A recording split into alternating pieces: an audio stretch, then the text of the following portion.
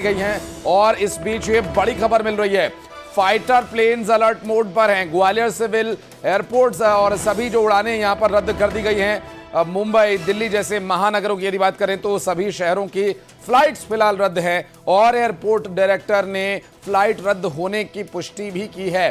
जो पैसेंजर्स के लिए जो फ्लाइट्स यहां से उड़ान भरने वाली थी या यहां पर लैंड करने वाली थी, कुछ समय के लिए उन्हें डाइवर्ट कर दिया गया और अभी की जो परिस्थितियां हैं वो ये बता रही हैं कि ग्वालियर एयरफोर्स अलर्ट मोड पर है। पूरी तरह से देश भर के जो सभी हवाई अड्डे हैं उन्हें तो इसकी जानकारी दे ही दी गई है और साथ ही साथ जो एयरफोर्स के लिए अच्छा बेस रहे हैं उन जगहों की हम बात कर रहे हैं। ग्वालियर सिविल एयरपोर्ट पर अभी फिलहाल फ्लाइट्स को कैंसिल कर दिया गया या फिर उनके रूट डाइवर्ट किए जा रहे हैं और उन यात्रियों के लिए थोड़ी असुविधा जरूर होगी, लेकिन वो यात्री भी खुश होंगे कि किसी बड़े मकसद की वजह से उनके आज की ये यात्रा थोड़ी संघर्ष कर रही है। लेकिन इस बात से क्योंकि मुंबई, दिल्ली जैसे महानगरों की जो फ्लाइट्स हैं जो डायरेक्ट ग्वालियर जाने वाली थी या ग्वालियर से फ्लाइट आने वाली थी, उसके लिए अभी फिलहाल कुछ समय इंतजार करना होगा या फिर आपको कोई वैकल्पिक मार्ग पकड़ना होगा। दिल्ली, मुंबई सहित सभी शहरों की जो डायरेक्ट फ्लाइट्स थी उन्हें रद्द कर दिया गया है। मिल रही जानकारी के अनुसार ग्वालियर में अब एयरफोर्स के फाइटर प्लेन्स पूरी तरह से अलर्ट मोड पर हैं और आशीष जी हमारे साथ लगातार जुड़े हुए हैं। आशीष जी, अभी की जो परिस्थितियां हैं पाकिस्तान आर्मी के लिए, आपने बताया कि एक तरफ कुआं और एक तरफ खाई और या फिर ये कहें कि सांप और छछूंदर वाली स्थिति हो गई। अगर वो इस बात को स्वीकार करता, हालांकि जो उन्होंने किया, लेकिन अगर वो रिटेलिएट नहीं करते हैं तो भी उनके लिए डूब मरने वाली बात होगी। अगर वो रिटेलिएट करते हैं तो फिर वार ऑन होगा। क्या जंग शुरू हो चुकी मानेंगे हम? निश्चित रूप से पाकिस्तान के जो आर्मी चीफ हैं जनरल मुनीर, उन्होंने ये पहलगाम हमले को प्लान किया और अब वो अपनी ही बनाई हुई रणनीति में पूरी तरह फंस गए हैं। उनका आलम यह है कि उन्होंने अपने परिवार को पाकिस्तान से बाहर भेज दिया है। तो कहीं ना कहीं पाकिस्तान की जो जनता है, पाकिस्तान की जो आर्मी है, वो ये देख रही होगी कि जनरल मुनीर को खुद अपनी सेना पे भरोसा नहीं है। जब उन्हें भरोसा नहीं है तभी तो उन्होंने अपनी फैमिली को वहां से पाकिस्तान से बाहर भेजा है। तो ये भी एक संकेत दे रहा है पाकिस्तान की आर्मी को कि जो उनका आर्मी चीफ है वो खुद ही उन पे भरोसा नहीं करता है कि वो लोग जो है पाकिस्तान को डिफेंड करने में सक्षम हैं। बातें वो लोग बहुत बड़ी बड़ी करते हैं, हमने देखा है, अक्सर ही करते रहते हैं, उसको कोई तवज्जो देने की जरूरत नहीं है। अब जो पूरे देश में एक माहौल है, एक सेंटिमेंट है हमारे देश के अंदर, वो ये है कि अब हमें इतने पे नहीं रुकना है। अभी हमने उस पेड़ की टहनियां काटी हैं, अभी हमें उसे जड़ से उखाड़ना है। पूरे देश में ये माहौल है कि जो पीओके है, अब वो वक्त आ गया है कि हमें उसे अब वापस लेना है। और मुझे लगता है कि इन ऑपरेशंस को यहां रोकना नहीं चाहिए। ये हमारे लिए बहुत अच्छी स्थिति बनी हुई है। Bangladesh liberation Balochistan liberation army BLA जो है वो बहुत मजबूती से पाकिस्तान की सेना को एंगेज कर रही है। सिंध और पंजाब में भी पाकिस्तान की सेना जो है वो विरोध का सामना कर रही है। अंदरूनी उनकी आर्थिक स्थिति, मानसिक जिसे हम कहते हैं मनोबल, वो गिरा हुआ है और पूरे विश्व के सभी देश भारत के साथ हैं। तो इतनी अनुकूल परिस्थितियां भारत को आज से पहले कभी भी नहीं मिली और शायद आने वाले समय में कभी ना मिले। और ये इच्छा शक्ति का एक परिचय कहा जा सकता है आशीष जी कि आज ये परिस्थितियां इस तरह से बनी हैं। हालांकि वो दर्द, वो घाव अभी भरे नहीं हैं जो उन बेटियों ने झेले, जो उन माताओं ने झेले, जिनके सामने उनके बेटों और उनके पतियों को मिटा दिया गया, गोली मारकर उनकी हत्या कर दी गई।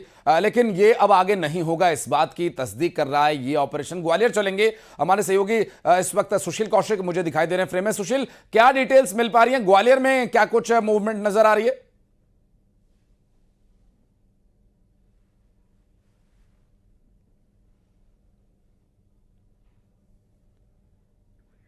सुशील, आवाज मिल पा रही है?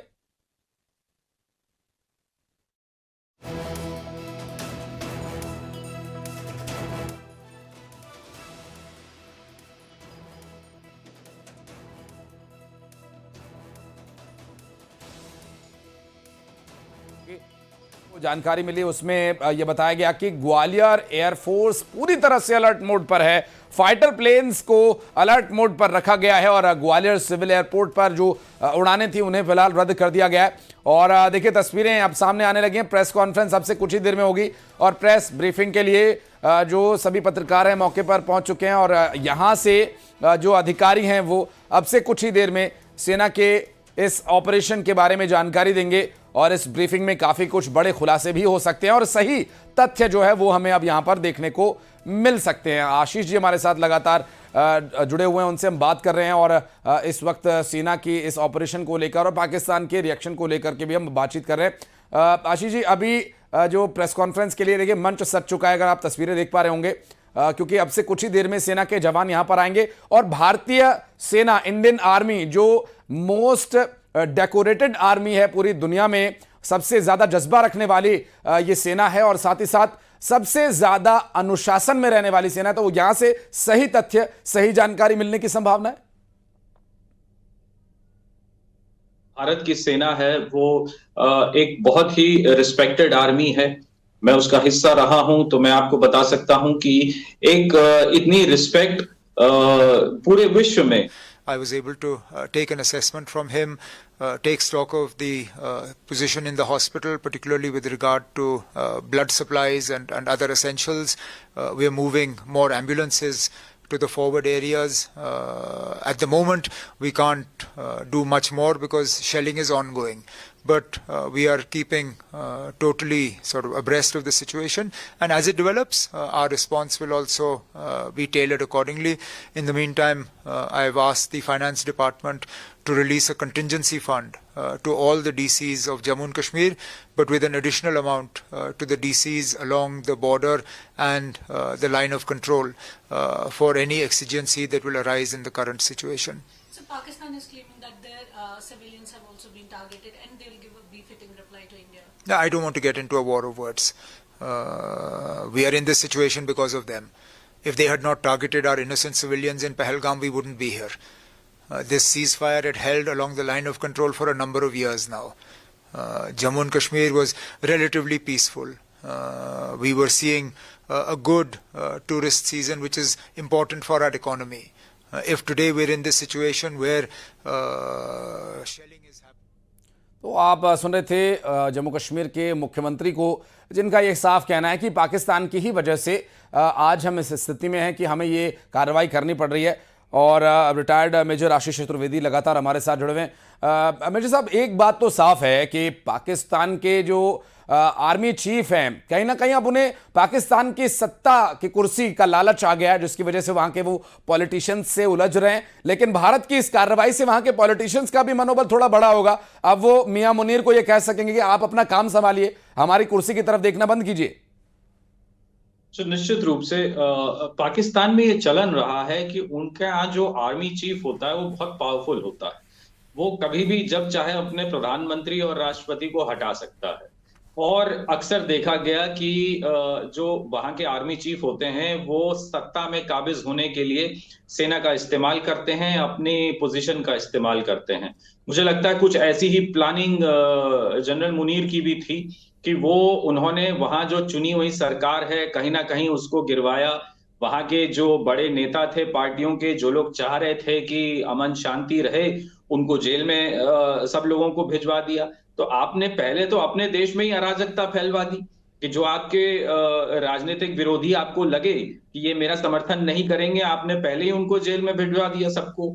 और फिर आप एक ऐसी साजिश रचते हैं और उस साजिश में आप कामयाब नहीं हो पा रहे हैं तो उसका खामियाजा उठा रहे हैं। और जैसा मैंने कहा कि आपको खुद अपनी सेना पे भरोसा नहीं है, जो आपने अपने परिवार को जो है पाकिस्तान से बाहर भेज रहे हैं। तो कहीं ना कहीं जो पाकिस्तान की सेना है वो भी ये देख रही होगी कहीं ना कहीं कि हम लड़ किसके लिए रहे हैं, हम अपने देश के लिए लड़ रहे हैं या हम एक आदमी के व्यक्तिगत मंसूबों के लिए लड़ रहे हैं।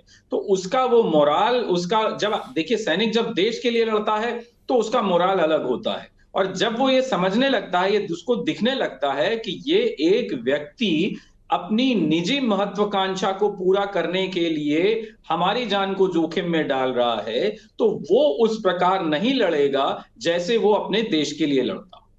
स्वाभाविक रूप से कंधे झुक जाते हैं। मेजर साहब, आपने बिल्कुल सही ये इशारा किया और इस बारे में और बातचीत हम जब अपने जवानों का हम जिक्र करें, दुनिया में ऐसे बिरले जवान किसी और देश में नहीं मिलते हैं जो निहत्थे भी अपनी जान दांव पर लगाकर लड़ने के लिए हमेशा तत्पर रहते हैं। 1999 में हमने देखा कि कम से कम जो सुविधा थी वहां पर माइनस के टेम्परेचर में बिल्कुल सामान्य वर्दी पहन करके हमारे सैनिकों ने न सिर्फ लड़ाई लड़ी बल्कि उसे जीता भी। और उस ऑपरेशन विजय के बाद ये ऑपरेशन सिंदूर एक बड़ा ऑपरेशन है।